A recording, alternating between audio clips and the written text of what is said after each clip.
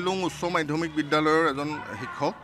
আজি 22 বছৰ মই শিক্ষকতা কৰিলোঁ আৰু এইবাৰ ভাবিলোঁ যে ছাত্ৰ ছাত্ৰীৰ মাজলৈ মই এটা বাৰ্তা লৈ যাওঁ। বাৰ্তাটো হৈছে মানৱীয়তা, যে বিভিন্ন সময়ত ছাত্ৰ ছাত্ৰীবিলাকক মই দেখা পাই আহিছোঁ। আজি কিছুদিনৰ আগতে ৰাজপথত এজন বৃদ্ধা মানুহক, মানসিক বিকাৰগ্ৰস্ত লোকক এজন যুৱকে প্ৰচণ্ডভাৱে প্ৰহাৰ কৰিছে একো দুখ নথকাকৈ। সেই ঘটনাটোৰ পৰা, সেই পৰিঘটনাটোৰ পৰা মই অনুপ্ৰাণিত হ'লোঁ যে ছাত্ৰ ছাত্ৰীৰ আৱেগৰ মাজত সোমাই গৈ মই এনেকুৱা এটা বাৰ্তা তেওঁলোকক দিওঁ, যি বাৰ্তাৰ দ্বাৰা ছাত্ৰ ছাত্ৰীসকলে ভৱিষ্যত জীৱনত তেওঁলোকে যাতে কেতিয়াও দুখীয়া হওক, মানসিক ৰোগী হওক আৰু বৃদ্ধা, এই সকলোকে যাতে সন্মান প্ৰদৰ্শন কৰিব পাৰে, সেই উদ্দেশ্য লৈ পিনি মই আজি উপস্থিত হ'লোঁ।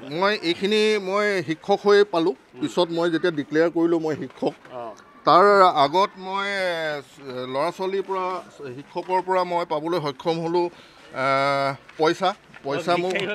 হয়, মই ভিক্ষাৰী হৈ এয়া মোক শিক্ষকেও দিছে আৰু কোনোবা এজন চিনিব পৰা নাই।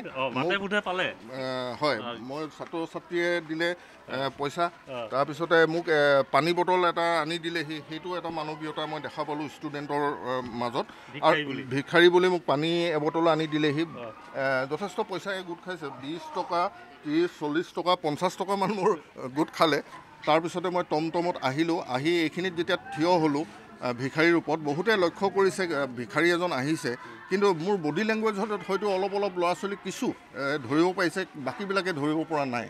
আৰু সেইটো আজি শিক্ষক দিৱসৰ এই পবিত্ৰ ক্ষণত এইটো ছাত্ৰ ছাত্ৰীৰ কাৰণে এটা ডাঙৰ বাৰ্তা হৈ গৈছে।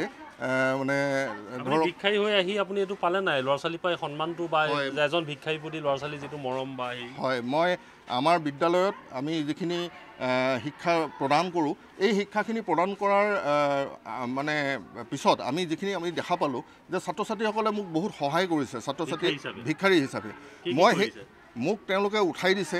মই যিহেতু এজন বৃদ্ধ আৰু মই কোজা, ভৰিত দুখ পোৱা, গতিকে তেওঁলোকে মোক হাতত ধৰি উঠাই দিছে। তেতিয়ালৈকে তেওঁলোকে নাজানে মই এই বিদ্যালয়ৰ শিক্ষক। সেইটো দেখি খুব ভাল লাগিলে। সেইটো এটা মানৱীয়তা নিদৰ্শন। আৰু মই এই ক্ষেত্ৰত মানে আমাৰ বৰ্তমানৰ হিমন্ত বিশ্ব শৰ্মা ডাঙৰীয়াৰ যি নেতৃত্বাধীন চৰকাৰখনক এইকাৰণেই ধন্যবাদ দিব লাগিব। বৰ্তমান সময়ত যি ষষ্ঠ মানৰ পৰা যি চৰিত্ৰ পুথি যিটো প্ৰণয়ন কৰিছে, সঁচাই শলাগ ল'বলগীয়া। আৰু উপযুক্ত সময়ত উপযুক্তভাৱে সেই পাঠ্যপুথি প্ৰণয়ন কৰাৰ ফলত ছাত্ৰ ছাত্ৰীৰ বৌদ্ধিক, মানসিক সকলো দিশতে বিকাশ হ'ব বুলি মই ভাবিছোঁ। আৰু সেইটো বৰ্তমান সময়ত অত্যন্ত জৰুৰী হৈ পৰিছে। যুৱ উশৃংখলতাৰ কাৰণে বিভিন্ন সময়ত দুৰ্ঘটনা সংঘটিত হৈ আহিছে। ছাৰক ফাৰ্ষ্ট ধৰিব পৰা নাছিলোঁ, তাৰপাছত মানে চবে যেতিয়া ক'লে তেতিয়া মানে ধৰিব পাৰিছোঁ আৰু ছাৰ বুলি। আৰু ছাৰে কি শিকাব বিচাৰিছে? ছাৰে এইটোৱে শিকাব বিচাৰিছে যে মানে এনেকৈ আমাৰ ৰাস্তাই ঘাটে যোনবোৰ মানুহ এনেকৈ ভিক্ষাৰী হিচাপে কিছুমানে অৱহেলা কৰে ন, সেইবোৰ মানুহক যাতে অলপ মৰম চেনেহ আদৰ্শ যাতে কৰে আৰু অৱহেলা নকৰি, তাকে সেয়াই শিকিব পালোঁ ছাৰৰ পৰা।